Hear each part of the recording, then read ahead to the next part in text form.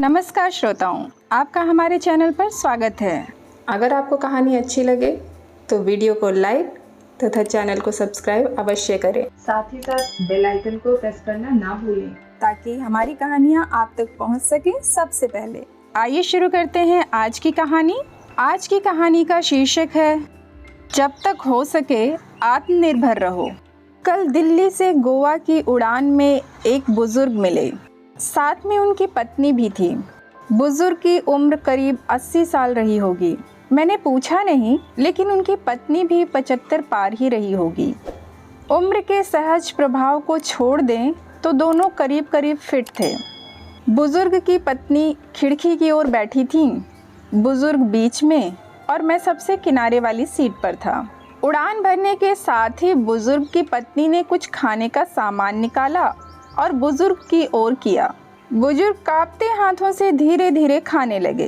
फिर फ्लाइट में जब भोजन सर्व होना शुरू हुआ तो उन लोगों ने राजमा चावल का ऑर्डर किया। दोनों बहुत आराम से राजमा चावल खाते रहे। मैंने पता नहीं क्यों पास्ता ऑर्डर कर दिया था। खैर, मेरे साथ अक्सर ऐसा होता है कि मैं जो ऑर्डर करता हूँ मुझे लगता है कि सामने वाले ने मुझसे बेहतर ऑर्डर किया है। अब बारी थी कोल्ड ड्रिंक की। पीने में मैंने कोक का ऑर्डर दिया था। अपने कैन के ढक्कन को मैंने खोला और धीरे धीरे पीने लगा। बुजुर्ग ने कोई जूस लिया था। खाना खाने के बाद जब उन्होंने जूस की बोतल के ढक्कन को खोलना शुरू किया तो ढक्कन खुल ही नहीं रहा था। बुजुर्ग कांपते हाथों से उसे खोलने की कोशिश कर रहे थे। मैं लगातार उनकी ओर देख रहा था। मुझे लगा कि ढक्कन खोलने में उन्हें मुश्किल आ रही है, तो मैंने शिष्टाचार हेतु कहा कि लाइए मैं खोल देता हूँ। बुजुर्ग ने मेरी ओर देखा, फिर मुस्कुराते हुए कहने लगे कि बेटा, ढक्कन तो मुझे ही खोलना होगा। मैंने कुछ पूछा नहीं, लेकिन सवाल भरी निगाहों से उनकी ओर देखा। यह देख बुजुर्ग ने आगे कहा, बेटा जी, आज तो आप खोल देंगे, लेकिन अगली बार कौन खोलेगा? इसलिए मुझे खुद खोलना आना चाहिए।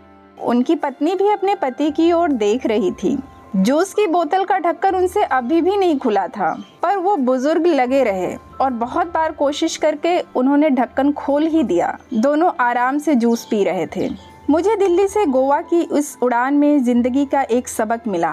बुजुर्ग ने मुझे बताया कि उन्होंने ये नियम बना रखा है कि अपना हर काम वो खुद करेंगे। घर में बच्चे हैं, भरा पूरा परिवार है, सब साथ ही रहते हैं, पर अपनी रोज की ज़रूरत के लिए वे सिर्फ अपनी पत्नी की ही मदद लेते हैं, बाकी किसी की नहीं। वो दोनों एक दूसरे की ज़रूरतों को समझते हैं। बुजुर्ग ने मुझसे कहा कि जितना संभव हो अपना काम खुद करना चाहिए। एक बार अगर काम करना छोड़ दूंगा, दूसरों पर निर्भर हुआ, तो समझो बेटा कि बिस्तर पर ही पड़ जाऊंगा। फिर मन हमेशा यही कहेगा कि ये काम इससे करा लूँ, वो काम उससे करा लूँ। फिर तो चलने के लिए भी दूसरे का सहारा लेना पड़ेगा। अभी चलने में पाँव कांपते हैं, खाने में भी हाथ कांपते हैं, पर जब तक आत्मनिर्भर रह सको, रहना चाहिए। हम गोवा जा रहे हैं, 2 दिन वहीं रहेंगे। हम महीने में 1-2 बार ऐसे ही घूमने निकल जाते हैं।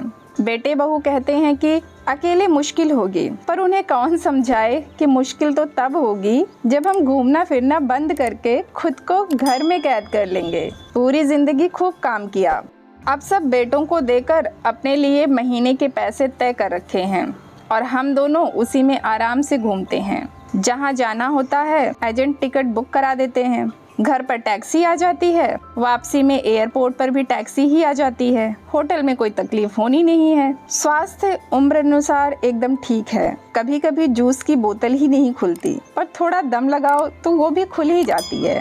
मेरी तो आंखें ही खुली की खुली रह गई। मैंने तय किया था कि इस बार की उड़ान में लैपटॉप पर एक पूरी फिल्म देख लूंगा, पर यहाँ तो मैंने जीवन की फिल्म ही देख ली। एक वो फिल्म जिसमें जीवन जीने का संदेश छिपा था। जब तक हो सके आत्मनिर्भर रहो, अपना काम जहाँ तक संभव हो स्वयं ही करो।